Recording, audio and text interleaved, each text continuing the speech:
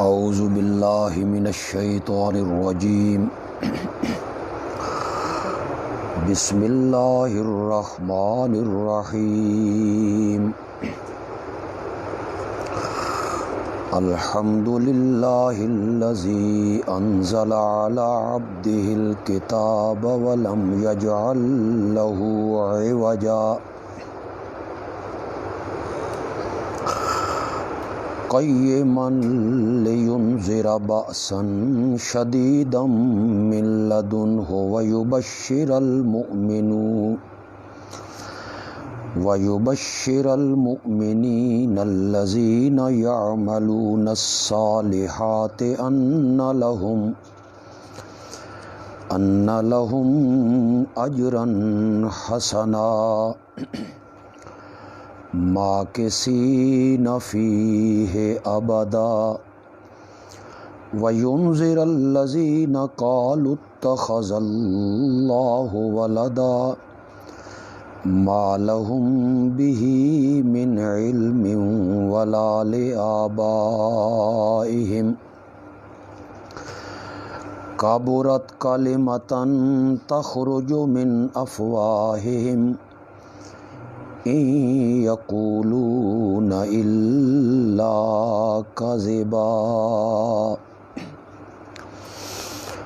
اللہم صل علی سیدنا و مولانا محمد وعلی آل سیدنا و مولانا محمد وبارک وسلم ثم صلی علیہ۔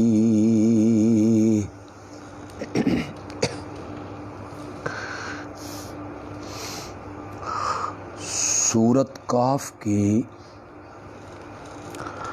تفسیر میں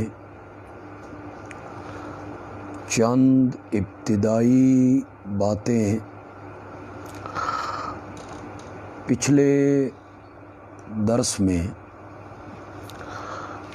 میں نے بیان کر دی ہیں۔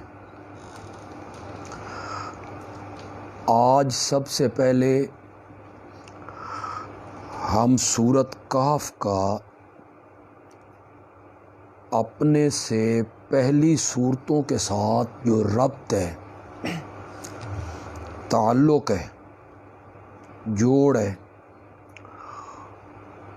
اس سے ہم اپنی گفتگو کی ابتدا کریں گے، آغاز کریں گے۔ یہ جو ربط ہیں کہ سورۃ کہف کو بنی اسرائیل سے کیا تعلق ہے،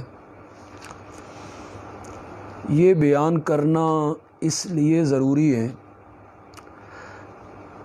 کہ قرآن کی جو موجودہ ترتیب ہے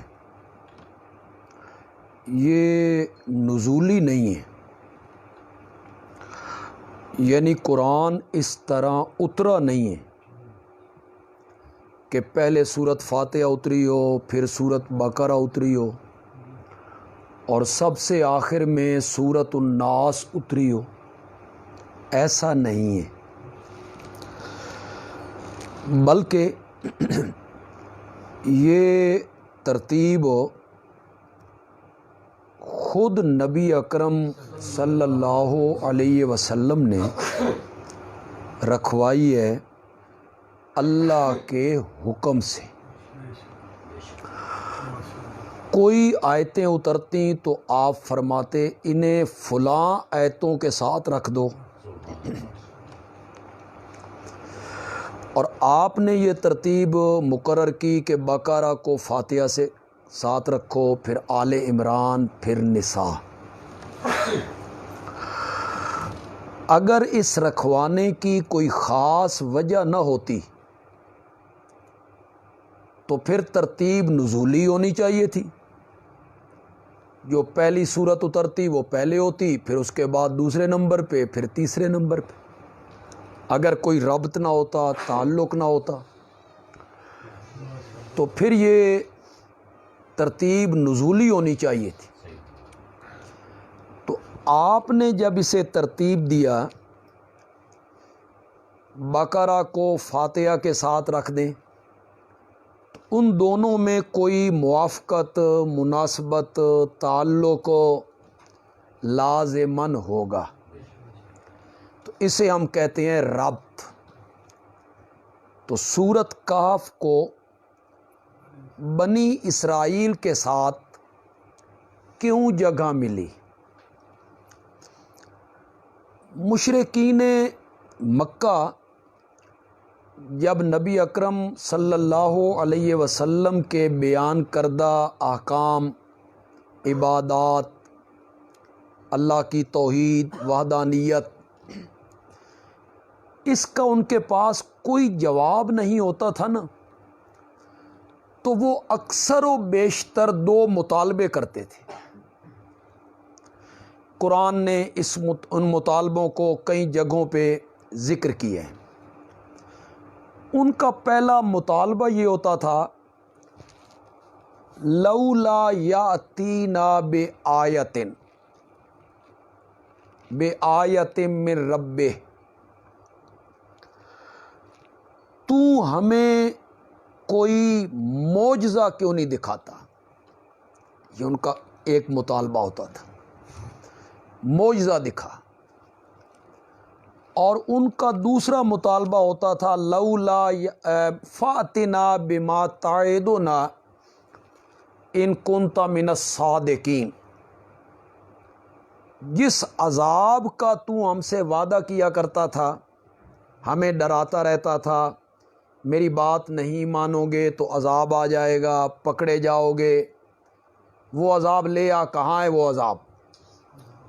یہ دو مطالبے مشرکین مکہ اکثر و بیشتر آپ سے کرتے تھے۔ آپ میں سے جو لوگ مستقل ہمارے دروس میں شریک رہے ہیں وہ تو انشاءاللہ جلدی سمجھ جائیں گے۔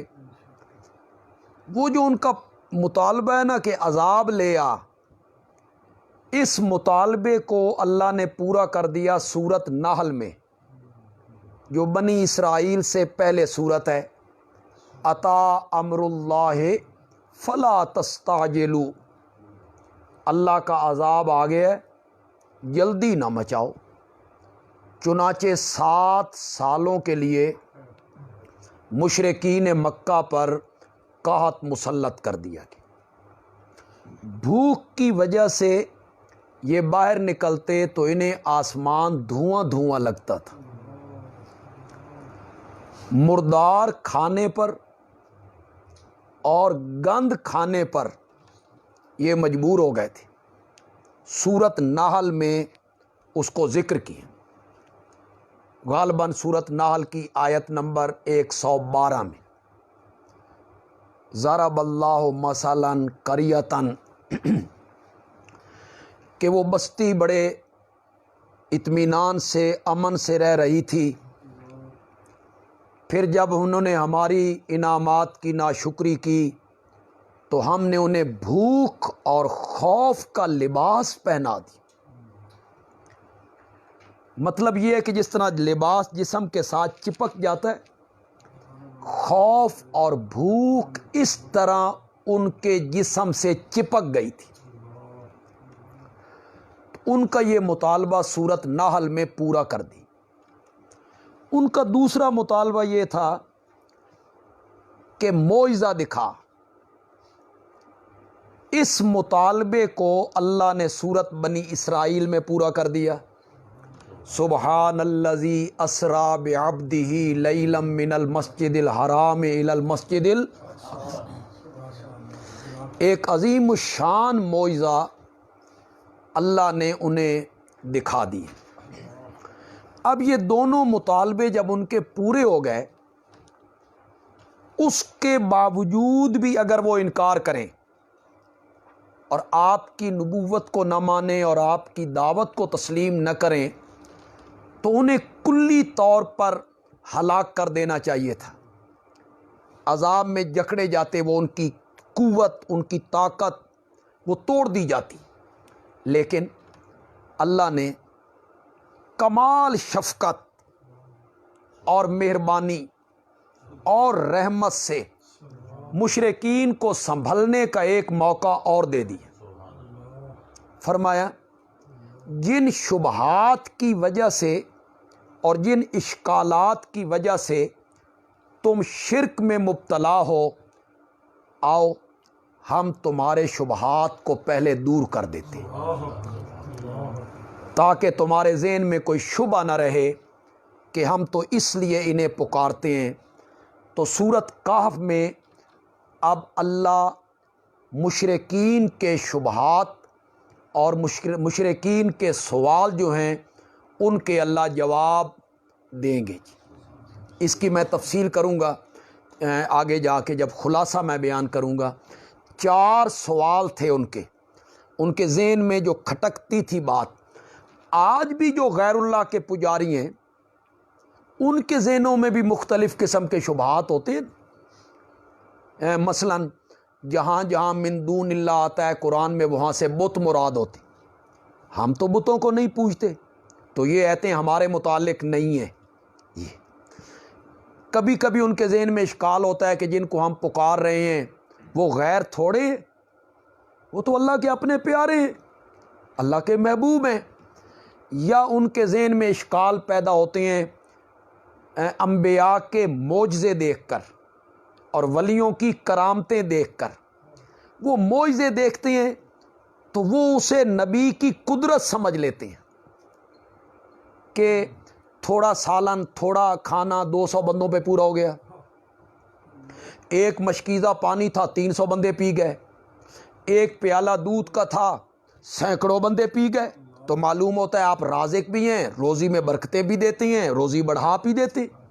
یہاں سے دھوکے لگے لوگوں کو، یہ شبہات ہیں، جبکہ روزی رساں اللہ ہی ہے۔ یہ نبی کا معجزہ ہوتا ہے، اور معجزے میں ہاتھ پیغمبر کا ہوتا ہے اور اختیار اور قدرت اور مرضی پیغمبر کی نہیں ہوتی، وہ کس کی ہوتی ہے؟ لیکن یہ بات وہ لوگوں کو نہیں بتاتے، اس سے لوگوں کو چھپا کے رکھتے ہیں یہ بات کہ معجزے کی حقیقت کیا ہے، معجزے کا فاعل کون ہے۔ تو یہ شبہات ہوتے ہیں۔ دیکھیں، میں یہ میرے موضوع نہیں ہے میرا، لیکن میں سمجھانے کے لیے کہہ رہا ہوں کہ ہماری یہ فیس بک پہ پتہ نہیں کون کون لوگ ہمیں سن رہے ہوں گے اس وقت، ملک میں بیرون ملک سن رہے ہوں گے۔ پچھلا درس ہمارا تقریباً 19,000 آدمیوں نے سنا، تو پتہ نہیں آج کتنے سنیں گے اسے۔ وہ میری بات کو غور سے سنیں، کوئی ضد نہیں ہے، اناد نہیں ہے، ہٹ درمی نہیں ہے، شدت بھی نہیں ہے۔ اگر معجزہ یہ نبی کے اختیار میں ہوتا، نبی کی قدرت میں ہوتا، نبی کے قبضے میں ہوتا، اگر معجزہ نبی کے اختیار میں ہوتا تو لاٹھی کو سانپ بنتے ہوئے دیکھ کر موسیٰ کبھی نہ بھاگتے۔ اتنی بات سمجھ نہیں آ رہی؟ اگر ان کی اپنی مرضی سے وہ سانپ بنا ہے تو بھاگنا کیوں؟ اپنے اختیار سے وہ سانپ بنا ہے تو پھر ڈرنا کیوں؟ اگر اپنی مرضی اور اختیار سے وہ سانپ بنا ہے تو رب کو یہ کہنے کی ضرورت کیوں لا تخف، ڈریے نہیں؟ تو معلوم ہوتا ہے کہ معجزہ تو برحق ہوتا ہے، نبی کے ہاتھ پہ صادر ہوتا ہے، لیکن اس میں مرضی اور اختیار وہ نبی کا نہیں ہوتا کہ جب چاہے جہاں چاہے معجزہ دکھا دے، نہ، اس میں اختیار اور مرضی کس کی ہوتی ہے؟ اللہ کی۔ تو آج بھی جو غیر اللہ کے پجاری ہیں ان کے ذہنوں میں کئی شبہات آتے ہیں، ہم ان شبہات کو رد کرتے رہتے ہیں۔ آج جمعے پہ بھی ایک شبہ کو ہم نے رد کیا کہ وہ کہتے ہیں نبی اکرم صلی اللہ علیہ وسلم کا ارشاد ہے کہ مجھے اپنی امت سے شرک کا کوئی خطرہ نہیں، تو یہ امت شرک تو کر ہی نہیں سکتی، آپ نے فرما دیا۔ تو آج میں نے اس اشکال کا جواب جمعے کے خطبے میں دیا ہے کہ اس حدیث کا مفہوم کیا ہے، اور آپ نے فرمایا قیامت اس وقت تک قائم نہیں ہوگی جب تک میری امت کے کچھ قبائل بت پرست نہیں بن جائیں گے۔ چلیے، میرے آقا کا یہ ارشاد ہے، میری امت کے کچھ قبائل بت پرست بن جائیں گے، پھر قیامت قائم ہوگی۔ تو اگر یہ ہوتا کہ میری امت نے شرک نہیں کرنا تو یہ کہنے کی کیا ضرورت تھی کہ قیامت اس وقت تک نہیں آئے گی جب تک میری امت کے کچھ لوگ بت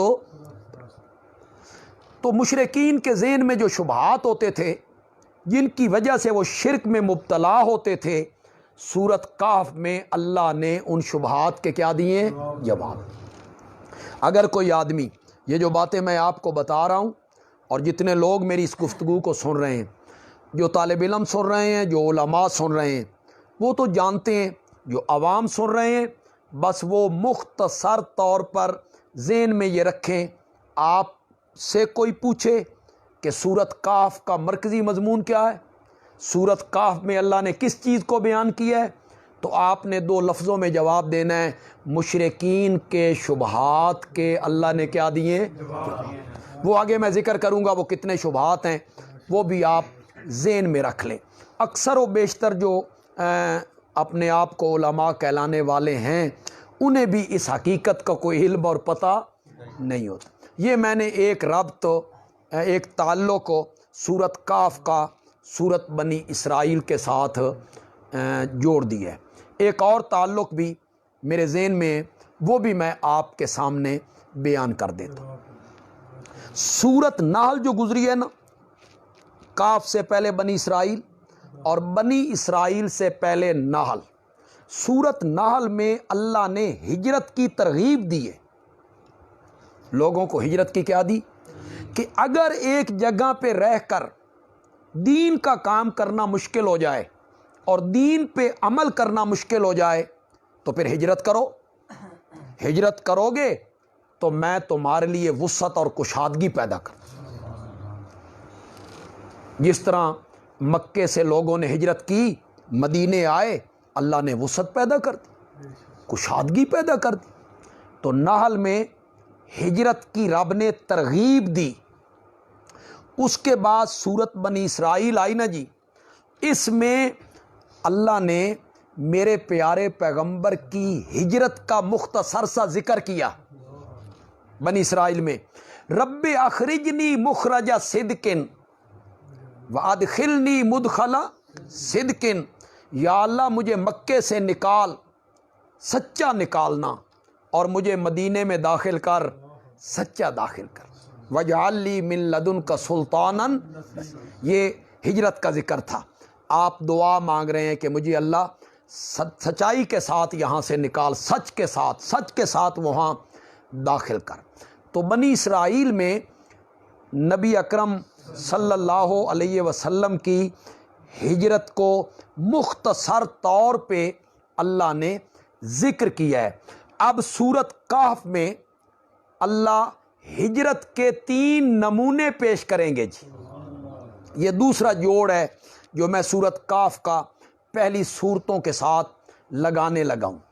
نحل میں ہجرت کی ترغیب، بنی اسرائیل میں نبی اکرم صلی اللہ علیہ وسلم کی ہجرت کا مختصر سا بیان، اور سورت کہف میں ہجرت کے 3 نمونے۔ یہ تھوڑا سا آپ نے غور کرنا ہے، میں اسے آسان کر دیتا ہوں۔ پہلا نمونہ ہجرت لحفاظت الدین، ہجرت کرنا اپنے دین کو بچانے کے لیے، میرا دین محفوظ ہو جائے، میرا ایمان محفوظ ہو جائے، یہاں رہ کے میرا ایمان محفوظ ہو نہیں ہے، میرا ایمان محفوظ ہو جائے، اپنی دین کی حفاظت کے لیے ہجرت کرنا، جس طرح اصحاب کہف نے کی، جس طرح انہوں نے اپنا وطن چھوڑا۔ کیوں؟ دین تب بچ سکتا تھا، ورنہ بادشاہ ظالم تھا، وہ انہیں زبردستی شرک کی طرف راغب کرتا۔ یہ شرک کی طرف راغب نہ ہوتے تو پھر شہادت، موت، تکلیفیں، قید و بند، یہ دکھ اٹھانے پڑتے۔ انہوں نے اپنے دین کو بچانے کے لیے اللہ کے رستے میں کیا کر دی؟ ہجرت۔ یہ پہلا نمونہ اللہ پیش کریں گے، کیا؟ ہجرت لحفاظت الدین۔ اور دوسری ہجرت ہے ہجرت لطلب الدین، دین کو طلب کرنے کے لیے، دین کو حاصل کرنے کے لیے ہجرت کرنا، جس طرح حضرت موسیٰ نے کی۔ یہ بھی قرآن اسی سورت کہف میں بیان ہوگا۔ جب حضرت موسیٰ خضر کے پاس گئے تو اللہ نے کہا تھا نا کہ میں نے اسے وہ علم دیا ہے جو علم میں نے آپ کو نہیں دیا. تو حضرت موسیٰ کہتے ہیں کہ یہ علم تو پھر حاصل کرنا چاہیے. تو پتہ پوچھ کے، نشانیاں پوچھ کے حضرت موسیٰ علیہ السلام چل پڑے اپنا وطن چھوڑ کے. تو لے طلب الدین، جیسے آج طلبہ ہیں، دینی مدارس کے طلبہ ہیں، یہ اپنا وطن چھوڑتے ہیں، اپنا گھر چھوڑتے ہیں، اپنا گاؤں چھوڑتے ہیں، آپ کے شہر میں آ گئے، لاہور چلے گئے، کراچی چلے گئے، اپنا وطن چھوڑا دین کو تلاش کرنے کے لیے اور دین کو طلب کرنے کے لیے. اور تیسری ہجرت ہے ہجرت لاشاعۃ الدین وسد المفاسد، ہجرت کرنا دین کو پھیلانے کے لیے اور مفاسد کو روکنے کے لیے نکل پڑنا. جس طرح ہجرت کی تھی ذوالقرنین نے، یہ بھی سورۃ کہف میں بیان ہوگا. حضرت موسیٰ کی ہجرت بھی سورۃ کہف میں بیان ہوگی. ذوالقرنین کا سفر بھی سورۃ کہف میں بیان ہوگا. اور اصحاب کہف کا اپنا وطن اور شہر چھوڑنا، یہ بھی سورۃ کہف میں بیان. یہ دوسرا ربط ہے جو میں نے سورۃ کہف کا سورۃ بنی اسرائیل کے ساتھ لگائے. ایک تیسرا ربط بھی میں اس کا لگا دیتا ہوں سورۃ کہف کا سورۃ بنی اسرائیل کے ساتھ. میں وہ بنی اسرائیل چلو نکال لیں، پیچھے تھوڑا سا پیچھے آئیے، صفحہ نمبر 365 ہے. صفحہ نمبر 365 ہے.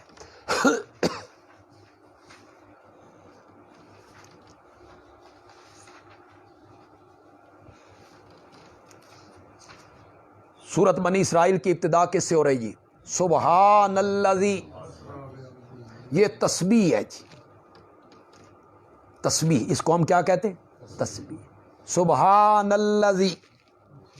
آگے میرے نبی کا جب ذکر کیا فرمایا اسرا بعبدہ، میرے آقا کی عبدیت کا ذکر کیا.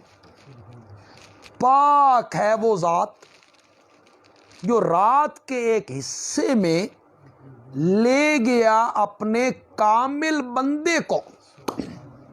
تسبیح کا ذکر کیا اور پھر میرے آقا کی عبدیت کا ذکر کیا. اب آئیے سورۃ کہف میں، اس کا آغاز کس سے ہو رہا ہے؟ الحمدللہ الذی انزل علی عبدہ الکتاب. اس کو شروع کیا تحمید سے، اس کو تسبیح سے، اور کاف کو کس سے شروع کیا؟ تحمید سے. حمد، تحمید، حمد، الحمدللہ. اور آگے قرآن کے نزول کا ذکر کیا تو یہاں بھی میرے آقا کی صرف جو ذکر کی وہ عبدیت کو ذکر کی. وہاں تسبیح، اپنی تسبیح کو ذکر کیا، میرے آقا کی عبدیت کو ذکر کیا. یہاں اپنی تحمید کو ذکر کیا اور میرے آقا کی عبدیت کو ذکر کیا. اور یہ جو سبحان اور الحمدللہ ہے نا، یہ اکثر اکٹھے آتے ہیں. سبحان اللہ، سبحان اللہ و بحمدہ، سبحان اللہ پڑھیے، سبحانک اللہم و بحمدک. سبحان اور حمد یہ جڑے ہوئے ہوتے ہیں. اللہ نے اس لیے ان دونوں صورتوں کو بھی اکٹھا رکھوا دیا کہ اس میں تسبیح کا ذکر تھا اور اس میں حمد کا ذکر. میں تسبیح اور حمد یہ بڑا ایک وسیع مفہوم ہے، میں اس میں چلا جاؤں گا تو بڑی یہ لمبی بحث ہو جائے گی. میں آپ کو مختصر سمجھا دیتا ہوں. تسبیح ہے نئی نئی نئی نئی، یہ تسبیح ہے. نا نا کیا اس کی اولاد کوئی نہیں، یہ تسبیح. اس کا کنبہ کوئی نہیں، اس کا قبیلہ کوئی نہیں، اسے نیند نہیں آتی، اسے اونگ نہیں آتی، وہ کھاتا نہیں، وہ پیتا نہیں، وہ تھکتا نہیں. یہ نہیں نہیں نہیں نہیں، یہ سبحان اللہ ہے. اور الحمدللہ کیا ہے کیا؟ وہ خالق ہے، رازق ہے، مالک ہے، سمیع ہے، العلیم ہے، عالم الغیب ہے، مشکل کشا ہے، پکاریں سننے والا ہے، قیامت بپا کرنے والا ہے. بس یہ ہے جی، سبحان نہیں اور حمد ہے. اللہ کی صفتوں کا اقرار کریں گے تو حمد ہے، اور اللہ سے نفی کریں گے کسی چیز کی، اس کا شریک کوئی نہیں، اس کا ند کوئی نہیں. قل هو اللہ احد اللہ الصمد لم یلد ولم یولد ولم یکن لہ، نہیں اللہ لا الہ الا ہو الحی القیوم لا تاخذہ، لا تاخذہ سنۃ ولا نوم، اسے نیند نہیں آتی، اسے اونگ نہیں آتی. یہ نہیں، اس کو ذکر کریں گے تو یہ سبحان ہے، اور جب ہے کا ذکر کریں گے تو یہ الحمدللہ. میں الحمدللہ کا معنی تھوڑا سا آگے جا کے وقت ملا تو ہم یہ معنی کریں گے انشاءاللہ. ایک اور ربط بھی میں لگا دیتا ہوں سورت کاف کا سورت بنی اسرائیل کے ساتھ. سورت بنی اسرائیل کو اللہ نے جب ختم کیا نا، ایک صفحہ پیچھے آئیے اور بالکل آخری سطر پہ آئیے. یہ سورت بنی اسرائیل کی آخری آیت ہے جی، بالکل آخری آیت ہے. قل الحمد للہ الذی، تمام تعریفیں اور حمدیں اور ثنائیں اللہ کے لیے ہیں. بنی اسرائیل کا اختتام اپنی حمد و ثنا اور تحمید پر کیا، اور سورت کاف کا آغاز اور ابتدا بھی اللہ نے اسی سے کی. جس پر سورت بنی اسرائیل کو ختم کیا، انہی لفظوں سے اللہ نے سورت کاف کا آغاز کر دیا، الحمدللہ. ایک آخری ربط جو میں سورت کاف کا بنی اسرائیل کے ساتھ لگانا چاہتا ہوں، اور یہ جو اہل علم لوگ میری اس گفتگو کو سن رہے ہیں، علماء، طلباء، خاص کر کے ہماری جماعت کے اشاعت التوحید و سنہ سے تعلق رکھنے والے جو علماء ہیں، طلباء ہیں، وہ میری اس بات کو سن رہے ہیں، تو یہ 5واں ربط میں لگانے لگا ہوں. اور یہ ربط جو ہے یہ میرے حدیث کے جو استاد تھے جن سے میں نے حدیث پڑھی تھی، رئیس المحدثین حضرت مولانا قاضی شمس الدین رحمۃ اللہ، واقعی وہ دین کا شمس تھا، اس میں کوئی شک نہیں. دارالعلوم دیوبند میں وہ پڑھاتے رہے، یہاں سے انہیں لے جایا گیا تھا اور دارالعلوم دیوبند میں انہوں نے پڑھایا، اور انہی کا شاگرد بعد میں دارالعلوم دیوبند کا شیخ الحدیث بنا. انہی کا شاگرد، میں نے ان سے حدیث پڑھی تھی گجرانوالا میں. وہ بہت خوبصورت قرآن کی تفسیر کرتے تھے، بہت بڑے عالم تھے. ان کا حافظہ اور ان کا علم پر عبور، کیا بات ہے. وہ کہتے ہیں کہ سورت بنی اسرائیل کے آخر میں اللہ نے نفی کی کہ میری اولاد کوئی نہیں. وَقُلِ الْحَمْدُ لِلَّهِ الَّذِي لَمْ يَتَّخِذْ وَلَدًا، تمام تعریفیں اس اللہ کے لیے ہیں جس نے اولاد نہیں بنائی. جس طرح یہودی کہتے ہیں، جس طرح عیسائی کہتے ہیں، اور مشرکین مکہ کہتے تھے کہ فرشتے اللہ کی بیٹیاں ہیں. یہودی کہتے تھے حضرت عزیر اللہ کے بیٹے ہیں، اور عیسائی کہتے تھے کہ حضرت عیسیٰ اللہ کے. جس طرح یہ یہود و نصارہ اور مشرکین مکہ کہہ رہے ہیں کہ ہمارے نبی اور فرشتے اللہ کے بیٹے اور بیٹیاں ہیں، نا لم یتخذ ولدا، اس اللہ نے کوئی اولاد نہیں بنائی. یہ بنی اسرائیل کے آخر میں کہا. اب آپ سورت کاف میں آئیں اور سورت کاف کی آیت نمبر 4 پہ آ جائیں. سورت کاف کی آیت نمبر 4. وَيُنذِرَ الَّذِينَ قَالُوا اتَّخَذَ اللَّهُ وَلَدًا،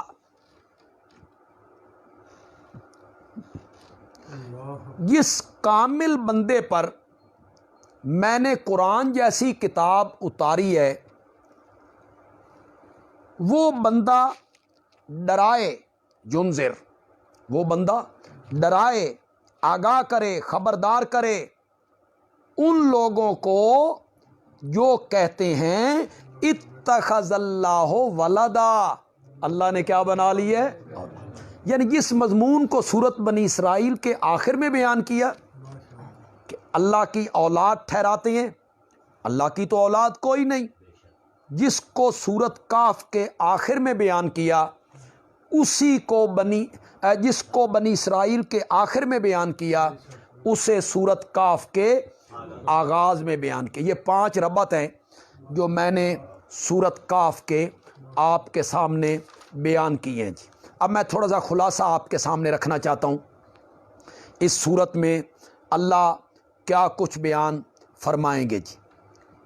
4 شبہات کے اللہ جواب دیں گے، جو شبہات شرک پر آمادہ کرتے تھے مشرکین کو، کفار کو شرک پہ آمادہ کرتے تھے، اللہ ان شبہات کے جواب دیں گے۔ پہلا شبہ تھا اصحاب کہف کے بارے میں۔ مشرکین مکہ ان کے نام کی نظر و نیاز دیا کرتے تھے، 7 روٹیاں، 8ویں روٹی ان کے کتے کے نام پہ بھی دیتے تھے، تو انہیں وہ پکارتے، انہیں عالم الغیب سمجھتے، انہیں متصرف الامور سمجھتے۔ میں حیران ہوا، کچھ سال پہلے مجھے کسی نے کوئی تعویذ دکھایا، کراچی کے ایک عالم نے لکھا، اس پر اصحاب کہف کے نام لکھے ہوئے اور 8واں نام کتے کا لکھا ہوا، یعنی ان سے مدد طلب کی گئی یا ان کا واسطہ دیا گیا یا ان کے طفیل سے وہ تعویذ بنایا گیا، لکھا گیا۔ تو وہ کہتے تھے کہ غار میں 309 سال تک محفوظ رہنا اور کروٹ تبدیل ہونا اور کسی کا وہاں تک واقعہ بیان کر کے ثابت کیا کہ وہ متصرف بھی نہیں اور وہ عالم الغیب بھی نہیں، وہ واقعہ ہم بیان کریں گے تو وہاں اس کی تفصیل کریں گے۔ وہ تو خود بھاگ رہے ہیں، تھوڑی سی میں بات کر دیتا ہوں، وہ خود بھاگ رہے ہیں، ڈر سے بھاگ رہے ہیں۔ جو خود جان بچا کے بھاگ رہا ہو وہ قادر، متصرف اور مختار ہو سکتا ہے؟ انہیں تو اپنے سونے کی مدت کا بھی علم نہ ہو سکا، اپنی جان پر جو بیتی اس کا بھی انہیں پتہ نہ چل سکا، وہ کہتے ہیں لبسنا یومن، تو وہ عالم الغیب کیسے ہوئے؟ پھر اللہ نے آگے نتیجہ نکالا کہ عالم الغیب اور متصرف اصحاب کہف نہیں ہے، میری ذات ہے۔ ان کے شبے کا اللہ نے جواب دیا۔ اس کے بعد اللہ تعالیٰ لوگوں کی اصلاح کے لیے، عام لوگوں کے، مشرکین کفار کی اصلاح کے لیے 3 باتیں، 3 امور اللہ ذکر کریں گے، جس میں اللہ دنیا کی بے ثباتی کا ذکر کریں گے کہ دنیا کوئی چیز نہیں ہے۔ یہ اللہ کیوں کریں گے؟ اس لیے کہ جو لوگ حق کا انکار کرتے ہیں اس کا سبب کیا ہوتی ہے؟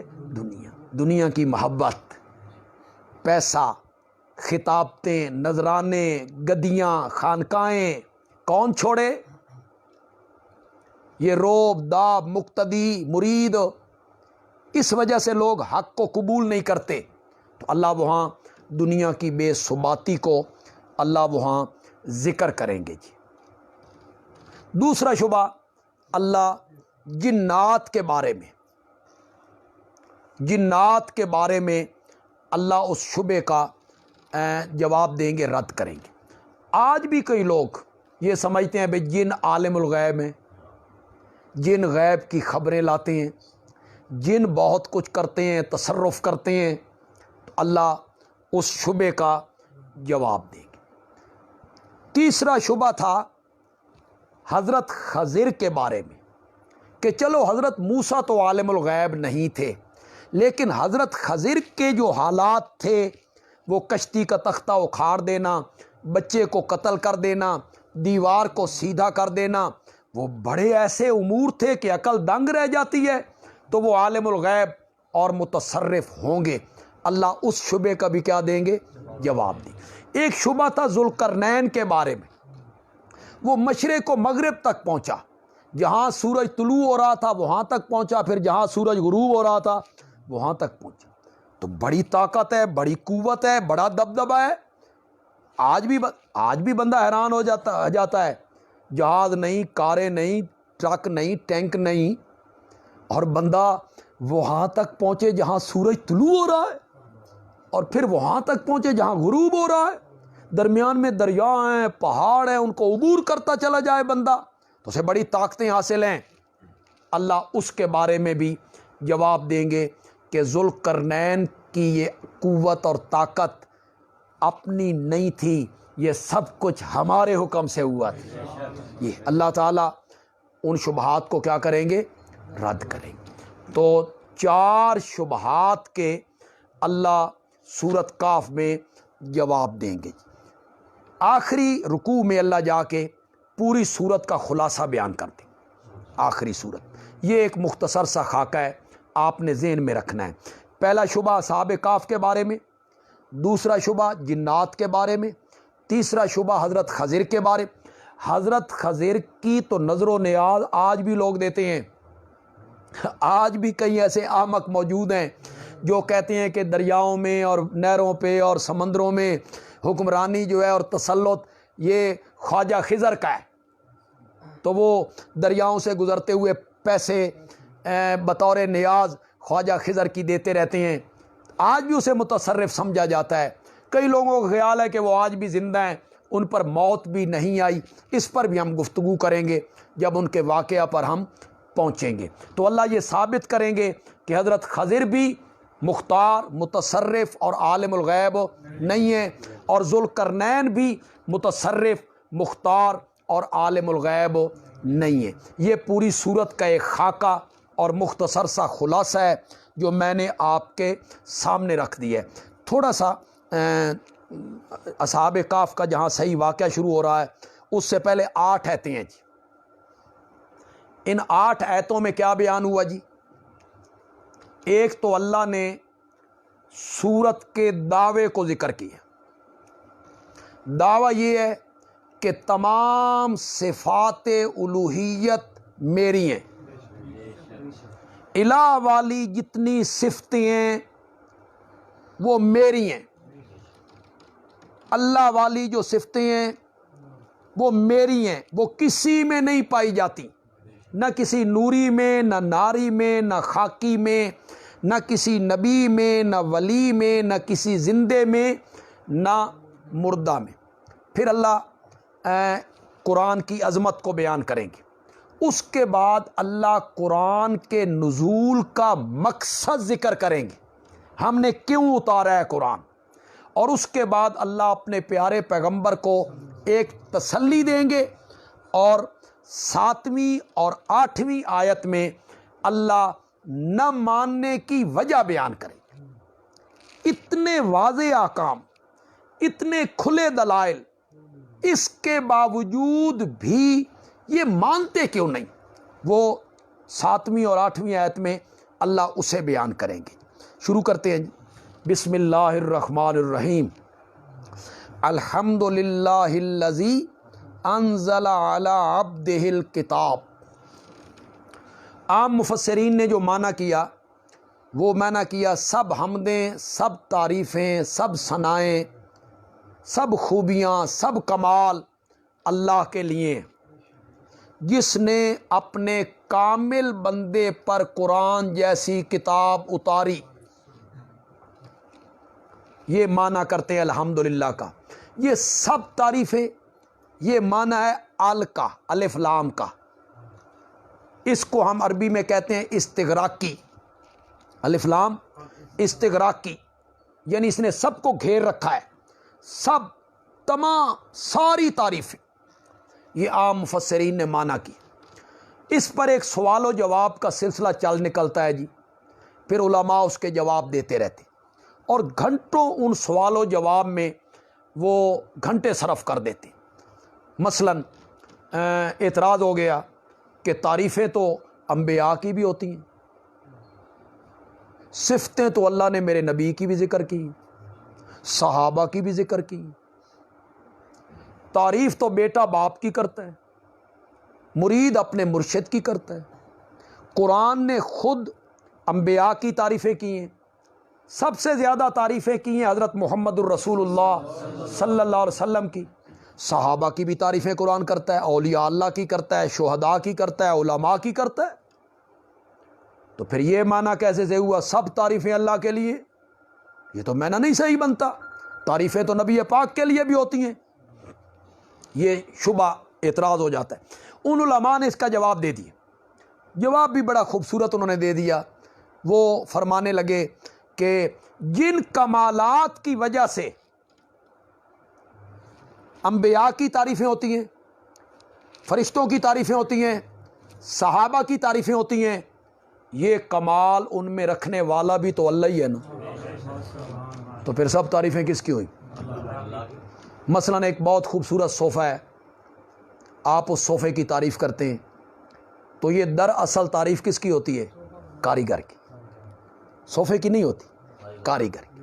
تو وہ یہ معنی کرتے ہیں کہ اصل تعریف تو پھر اس کی ہوئی جس نے محمد عربی جیسی شخصیت کو پیدا کر دی صلی اللہ علیہ وسلم. تو یہ ایک سوال و جواب کا سلسلہ ہے. پھر وہ کہتے ہیں کہ اللہ کی صفتیں دائمی ہیں، مخلوق کی فانی ہیں. چلو فرق کرتے رہتے ہیں. ہماری جو جماعت کے شیخ ہیں رئیس المفسرین مولانا حسین علی رحمۃ اللہ علیہ، انہوں نے ایسا معنی کیا کہ اس میں ایک تو شرک کی رگیں کٹ گئیں اور ایک اس پر اعتراض کوئی نہیں. اور عربی گرامر کے حساب سے بھی وہ معنی صحیح ہے. عربی گرامر میں یہ الف لام جو ہے یہ استغراق کے لیے بھی آتا ہے اور کبھی کبھی عاد خارجی کے لیے بھی، بلکہ اصل اس کا مفہوم عاد خارجی کا ہے. عاد خارجی کا جب ہم اسے بنا لینا پھر سب والا معنی نہیں ہوتا، تمام والا معنی نہیں ہوتا، نہ پوری یہ معنی نہیں کریں گے، پھر معنی مخصوص ہو جائے گا. مخصوص تو انہوں نے معنی کیا الحمدللہ تمام صفات الوہیت للہ.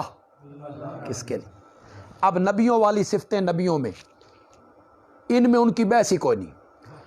فرشتوں والی صفتیں فرشتوں میں، صحابہ والی خوبیاں صحابہ میں، علم والی خوبیاں علماء میں، حفظ والی خوبیاں حفاظ میں، قرات والی خوبیاں قراء میں.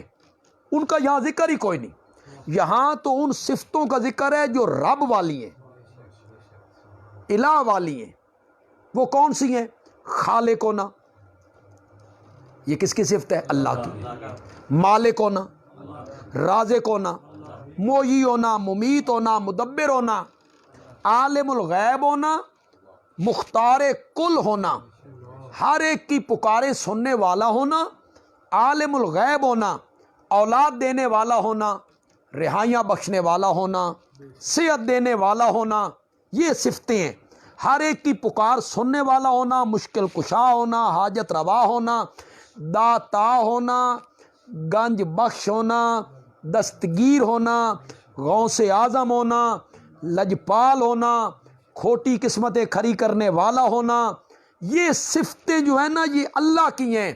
الحمدللہ کا معنی یہ ہے بندہ اقرار کرتا ہے کہ مولا تیری جو صفتیں ہیں نا میں تیرے ساتھ وعدہ کرتا ہوں کسی نبی میں، ولی میں، فرشتے میں نہیں مانوں گا، تیری صفتیں مانوں گا تو صرف تجھ ہی میں.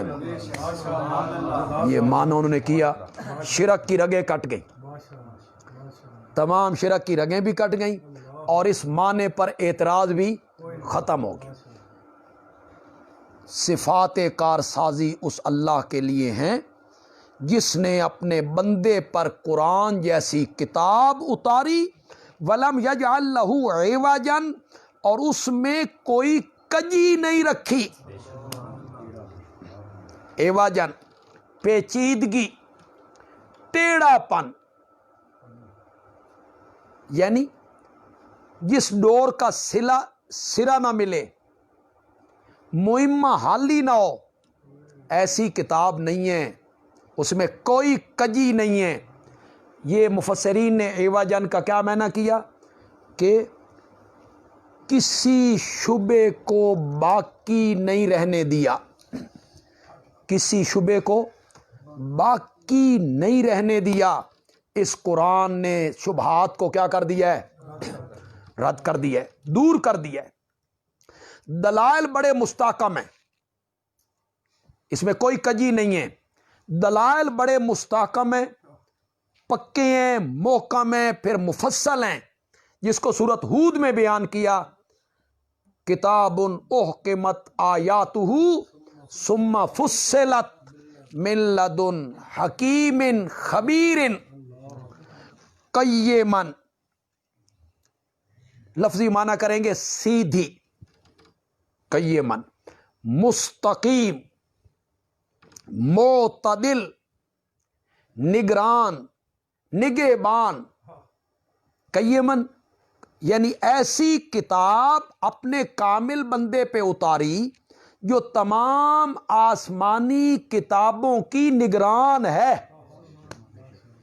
تورات، انجیل، زبور، صحیفے سب کی نگہبان ہے۔ ایک معنی اس کا یہ بھی ہو سکتا ہے اس میں کوئی کجی نہیں، ٹیڑھا پن نہیں ہے اس میں کوئی، قیمن یہ دوسروں کی کجی کو بھی دور کر دیتی ہے، کوئی اور ٹیڑھا پن ہو عقائد میں اسے بھی دور کر دیتی۔ یہ تو قرآن کی عظمت ہو گئی۔ یہ نازل کیوں ہوا؟ اس کے نزول کی غرض کیا ہے؟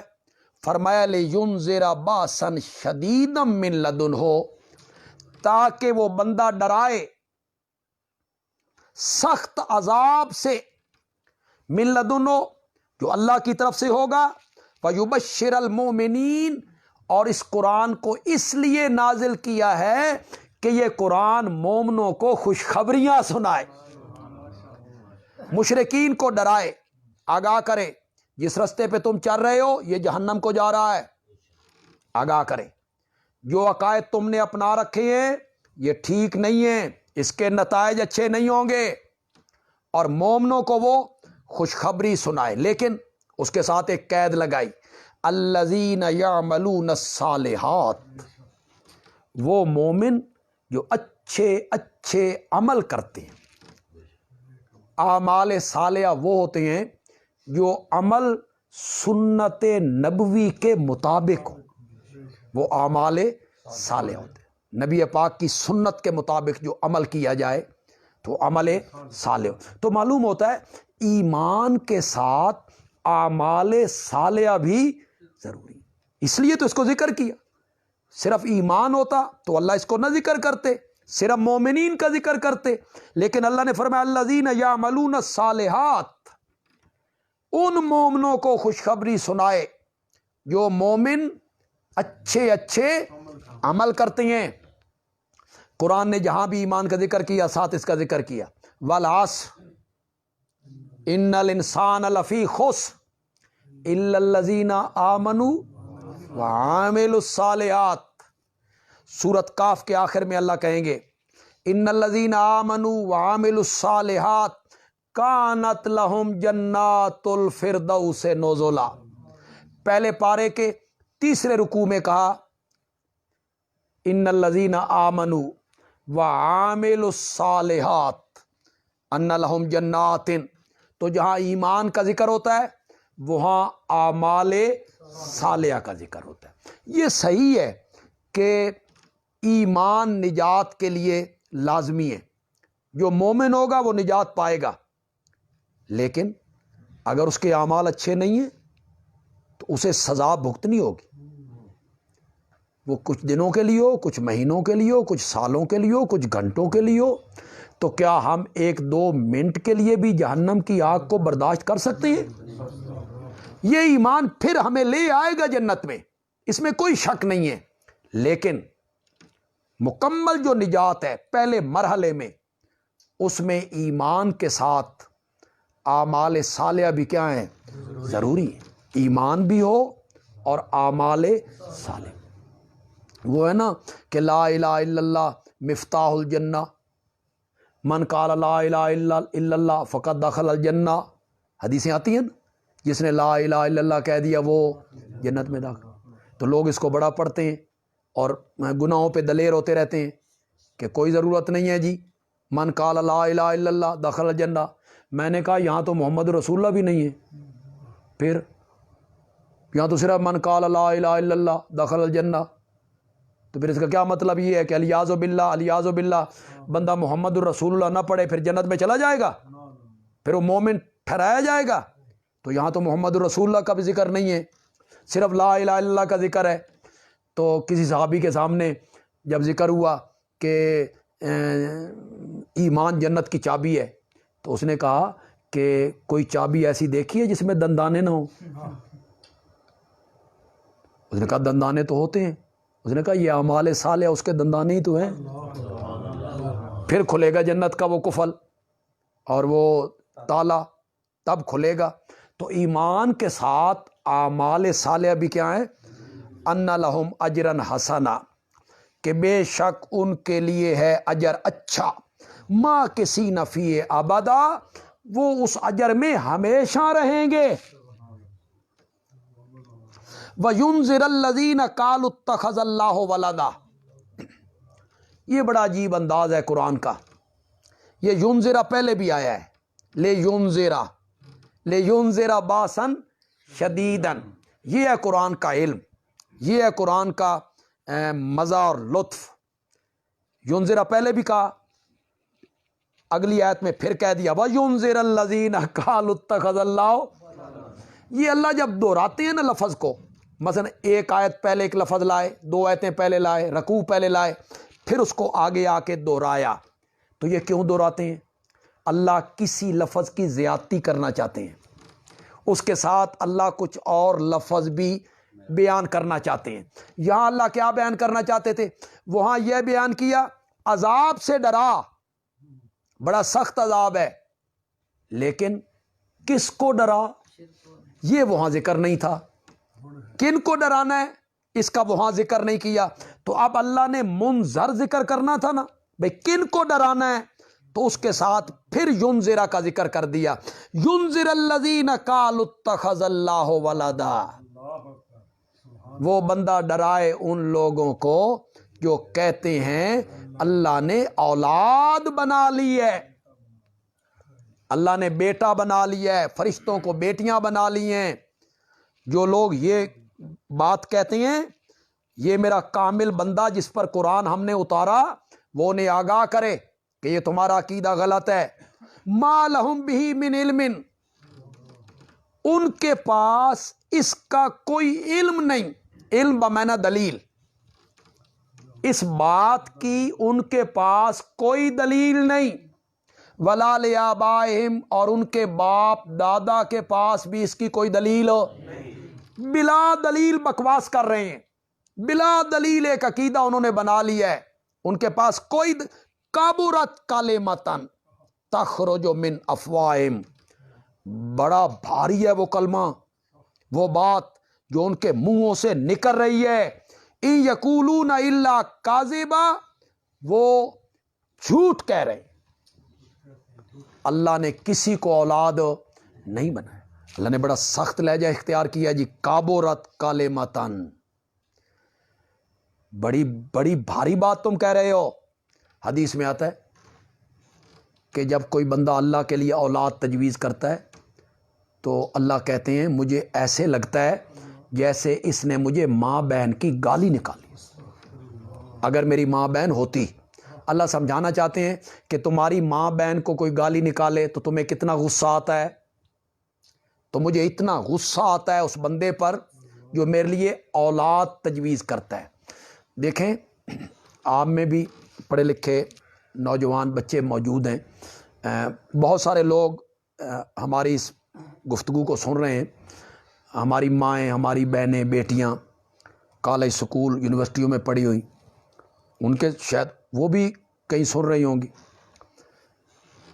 یہ ذرا تعبیر دیکھیے اللہ نے اس کو کیسے تعبیر کیا، ڈرا ان لوگوں کو جو کہتے ہیں اللہ کی اولاد ہے، یہ نہیں کہا، اتخذا کا لفظ کا، اتخذا، اللہ نے اولاد بنا لی۔ ایک ہے بیٹا ہونا، ایک ہے کسی کو بیٹا بنا لینا، اس میں فرق کون؟ زمین و آسمان جتنا فرق۔ بیٹا ہونا کیا ہے؟ بیوی کی کوکھ سے جنم لیا، صلبی حقیقی اولاد، بیوی کی کوکھ سے جنم لینے والا، یہ ہے حقیقی بیٹا۔ کسی بچے کو اپنا بیٹا بنا لینا، کیا مطلب؟ اس سے بیٹوں والا سلوک کرنا، اس معنی میں وہ کہتے تھے۔ اتنے پاگل نہیں تھے کہ ان کا خیال ہو کہ اللہ نے شادی کی ہوگی، الیاذ باللہ، اللہ کی بیوی ہوگی، اللہ نے وظیفہ زوجیت ادا کیا ہوگا، پھر اللہ کی بیوی امید سے ہو گئی ہوگی۔ اتنے پاگل تھے؟ نہیں، وہ کہتے تھے ہمارے نبی اللہ کے بیٹوں کی طرح ہیں، فرشتے اللہ کی بیٹیوں کی طرح ہیں۔ کس معنی میں کہتے تھے؟ جس طرح باپ اپنے کچھ اختیار بیٹے کے حوالے کر دیتا ہے، بیٹا جب جوان ہو گیا، ترکڑا ہو گیا، کوئی دکان اس کے حوالے کر دی، کچھ وقت کے لیے حوالے کر دی، یہ کام تو نے کرنا ہے، جس طرح باپ کچھ اختیار اپنے بیٹے کے حوالے کر دیتا ہے، اللہ نے بھی کچھ اختیار ان کے حوالے کر دیے۔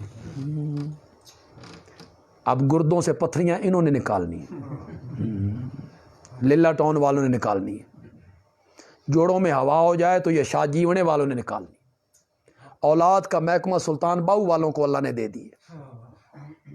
اس معنی میں کہتے تھے جناب، جس معنی میں آج بھی ہمارے ملک میں لوگ کہہ رہے ہیں، یا اس معنی میں کہتے تھے کہ جس طرح باپ اپنے بیٹے کی بات رد نہیں کرتا اور بیٹا نخرے اور ناز میں آ کے باپ سے اپنی بات منوا لیتا ہے، اللہ بھی ان کی بات رد اس معنی میں کہتے تھے، ہماری سنتا نہیں، ان کی موڑتا نہیں۔ اب یہ نہیں کہتے یہ اللہ کے پیارے ہیں، اللہ کے محبوب ہیں، اللہ ان کی نہیں موڑتا، ہماری اس معنی میں وہ کہتے تھے کہ اللہ نے ہمارے نبیوں کو بیٹا بنا۔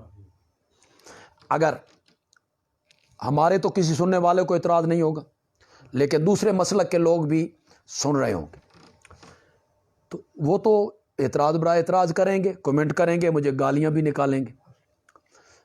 میں کہتا ہوں کہ پڑھیں قرآن۔ یہود کے علماء، انہوں نے جب لوگوں کو اس سیڑھی پہ چڑھا دیا، عزیر اللہ کے بیٹے ہیں، عیسیٰ اللہ کے بیٹے ہیں، لوگ اس سیڑھی پہ چڑھ گئے، تو پھر اس کے بعد ان مولویوں نے کہا نحن ابناء اللہ، ہم بھی اللہ کے بیٹے ہیں۔ وہ علماء کس معنی میں کہہ رہے تھے ہم اللہ کے بیٹے ہیں؟ ان کے تو یہاں باپ بھی تھے، ماں بھی تھی۔ کس معنی میں وہ علماء کہہ رہے تھے اپنے مقتدیوں کو نحن ابناء اللہ، ہم بھی اللہ کے بیٹے ہیں؟ قرآن نے خود اس کو واو تفسیریہ کے ساتھ بیان کیا، وَأَحِبَّاهُ، یعنی اس کے پیارے ہیں۔ قرآن نے خود بیان کیا نحن ابناء اللہ، ہم اللہ کے بیٹے ہیں، یعنی احباہ، ہم اس کے محبوب ہیں اور ہم اس کے پیارے۔ تمہاری سنتا نہیں، ہماری موڑتا نہیں، اس معنی میں وہ بیٹا کہتے، اتخاذ کا لفظ بتا رہا ہے، اتخذ اللہ ولد۔ میں آپ کو ایک جگہ دکھانا چاہوں گا تاکہ بات تھوڑی سی کھل جائے، پیچھے آئیں۔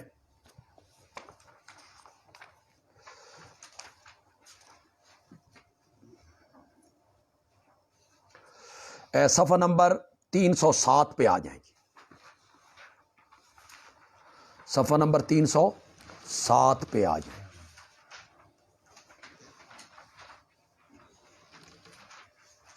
تین سو سات سورۃ یوسف ہے، آیت نمبر 21 ہے، آیت نمبر 21 ہے۔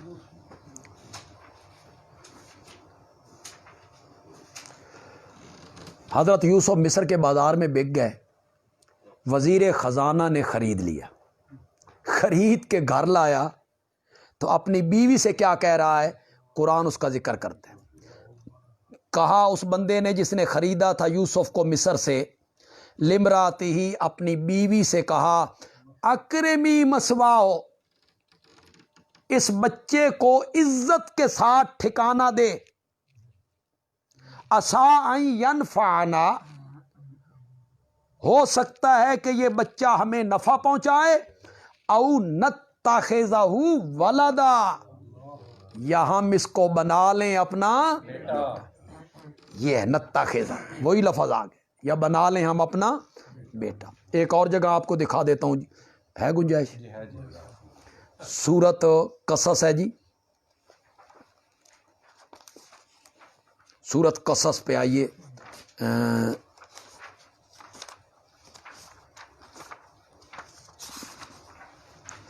یہ صفحہ نمبر ہے جی 500 جی،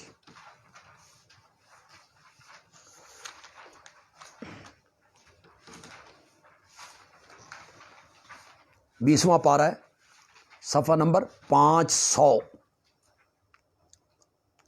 سورت قصص ہے، آیت نمبر 8 ہے۔ یہ کس کا ذکر ہے جی؟ فرعون کی بیوی آسیہ۔ پھر حضرت موسیٰ ایک صندوق میں بند ہے، کنارے پہ جا لگا، اٹھا کے لایا گیا، صندوق کھولا گیا، اس میں حضرت موسیٰ ہیں، بچے ہیں۔ فرعون نے قتل کا ارادہ کیا، کہیں وہی بچہ نہ ہو جو میری حکومت کے لیے خطرہ بنے گا، وہی نہ ہو۔ تو آسیہ کیا کہہ رہی؟ وقالت امرأۃ فرعون، آیت نمبر 9 جی، آیت نمبر 9، وقالت امرأۃ فرعون، فرعون کی بیوی کہنے لگی، قرۃ عین لی ولک، یہ میری اور تیری آنکھوں کی ٹھنڈک بنے گا، لا تقتلوہ، پہنچائے، او نتخذہ ولدا، یا ہم اس کو بنا لیں اپنا بیٹا، وہم لا یشعرون، وہم لا یشعرون کہہ کے اللہ نے بڑا لطف حظ پیدا کیا ہے، مزہ ہی آ گیا، وہم لا یشعرون، اور انہیں انجام کی خبر نہیں تھی کہ یہی بچہ ان کی حکومت کے لیے، ان کی سلطنت کے لیے وبال بن جائے گا۔ ترجمہ کر لیتے ہیں تاکہ آئندہ جمعہ ہم اصحاب کہف کے واقعہ شروع کریں۔